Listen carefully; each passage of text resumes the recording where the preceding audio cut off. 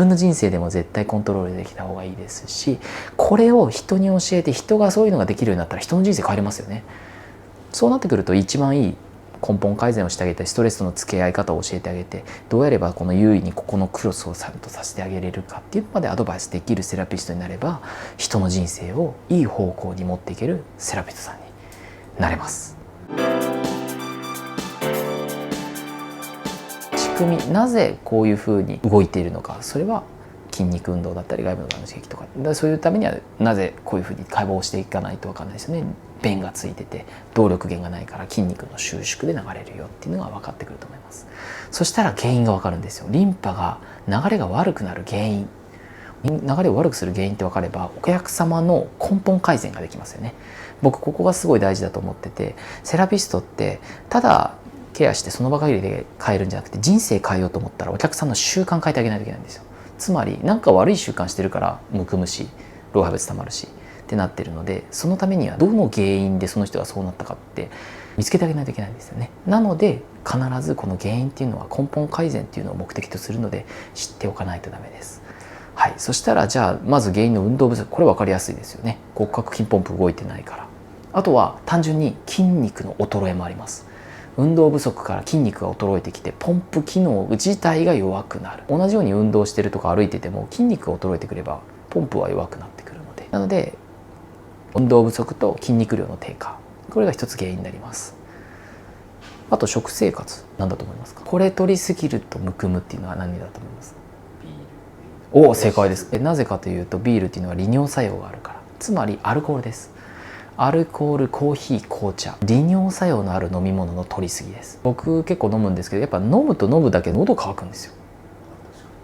お酒飲むと喉乾くじゃないですか。でまた飲むじゃないですか。でまた喉乾くじゃないですか。でだんだんトイレも近くなってどんどん水分出てくるじゃないですか。カラカラになる。飲み終わった後ってカラカラになりません？次の日とか乾いてるんですよ。それなぜかというと飲んでどんどん水分で出てっちゃってるから。でそうなるとリンパ管の中の水分量も減少してドロドロになります。これで流れが悪くなっちゃう。だから、利尿作用のある飲み物、あとですね、それに続いてお酒飲むと取りやすくなるものが一つあって、これが塩分です。塩分の取りすぎ。塩分の取りすぎっていうのは、塩分取ると人間って、体に水分を保持しようとする働きが高まって、細胞と細胞の間に水分を保持しようとするんですよ。細胞間液なのでむくむんですけど、細胞と細胞の間に溜まっちゃうんですよ。つまりむくむんですよね。結果リンパ管がドロドロになる。塩取ったら喉乾くじゃないですか。あれもそうです。喉乾きますよね。あれは水分が欲してるんですよ。で必要になっちゃうんですよ。なんで浸透圧がちょっとバランスが崩れて細胞と細胞の間に水が溜まってしまう。はい、これが大きい原因です。あと水の取らなさすぎとか、水分ほとんど取らなかったらどっちにしろカラカラになっちゃうので、排水口に蜂蜜流しちゃったら詰まりますよね。水分量が少なくてドロドロしてくるとやっぱ詰まっちゃうんですよ。で水分いっぱいやってあげたらさーって流れてきますよね。水がなんかあれば流れていくんですけど、だからモデルは水よく2リットル飲むって言いますよね。あれは飲んでサラサラにしてるんですよ。それプラス動いてるから。で水飲むと太っちゃうむくんじゃうっていうのは飲んで動いてないから、ただ水分が溜まってるだけだから、結局水飲んだら今度は動いてそれをポンプでやって流さないと意味がないよってことです。水分だけ取ってももちろん意味ないし、水は2リットル飲む。そしたらストレッチをするとか流すような仕組みを揉むとかトリートメントしてもらうとかしてゴミを出していくっていうのができると、モデルみたいなすっきりとした疲れも知らずの体になります。ただ水だけ飲んで動かないはダメです。水分ほとんど取らなかったらカラカラになって逆に乾いてきちゃう。よくつけてなかったしまった。一番は塩分の摂りすぎと利尿作用の摂りすぎです。はい、そしてストレス。これストレス受けると人間の体どうなると思います？自律神経が。おお、すごいですね。よくわかりますね。自律神経のバランスを乱します。自律神経ってどういうものかご存知ですか？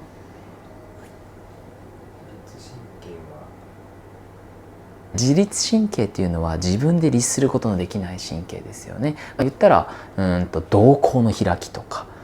心臓の鼓動とか汗とか、これ自分でコントロールできないですよね。汗出ろみたいなブンみたいな出てこないですよね。自動的にこう自分が意識しなくてもコントロールしてくれているのが自律神経です。自律神経も大きく分けて交感神経と副交感神経、これ聞いたことあると思うんですけど、交感神経と副交感神経の2つあります。交感神経副交感神経どういう神経か分かります？ストレスと戦わなくちゃいけないですよね。ちくしょうあいつみたいな感じで戦うために交感神経優位なんですよ。脳がクリアになって血管がシュッて収縮して筋肉体に力が入って、呼吸が速くなって鼓動も速くなって交感神経が優位になってもう戦う状態になるんですね。これがストレス受けた時の体の状態です。交感神経が優位になってしまう。でもあれ筋肉入るんだったら別にね、筋肉ってなるから筋肉運動になってんじゃんって思うんですけど、これ実は筋肉運動ではなく筋肉が縮みっぱなしになります。力入りっぱなしなんですよ。くそあいつ殺すみたいになっちゃったらグーって力入るんですよ。でこれ運動してないんですよね。逆効果。筋肉が縮んだままガチガチで固まって、そうすると筋肉がリンパ管を圧迫したままになっちゃう。つまり流れが悪くなる。プラスってやってるとおそらくこの人可動域が悪くなってポンプの筋肉が柔らかくないから硬い筋肉になっちゃって柔軟性がなくなってポンプが弱くなりますよね。あんまり動かなく伸び縮みがしなくなるんで流れが悪くなっちゃう。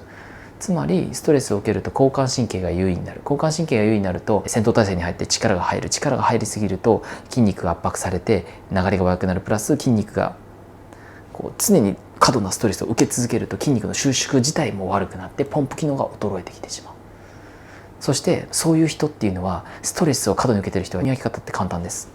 前腕見ると分かる。ストレス受けてる人って大概こう力入るんですよ。そうするとここがパンパンになってます。ここが硬い人ってパンパンになってる人もいます。過度なストレス受けてるとここが硬いのと可動域が手の可動がこんな感じになってます。常にこいつってなってるんでなんか指とかもストレッチしにくいんです。なんかこういう人います。本当にそういう人は前腕触ってあげると大体分かります。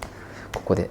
あと経絡的に心包系っていって心の経絡もこう通って中医学でね経絡の流れで言うと心が疲れてるとそういう意味も含めて前腕を触ってあげるとこの人ストレス過度に受けてるのやべえなっていう人は気づきます。体に出るんですよ実はそのストレスが。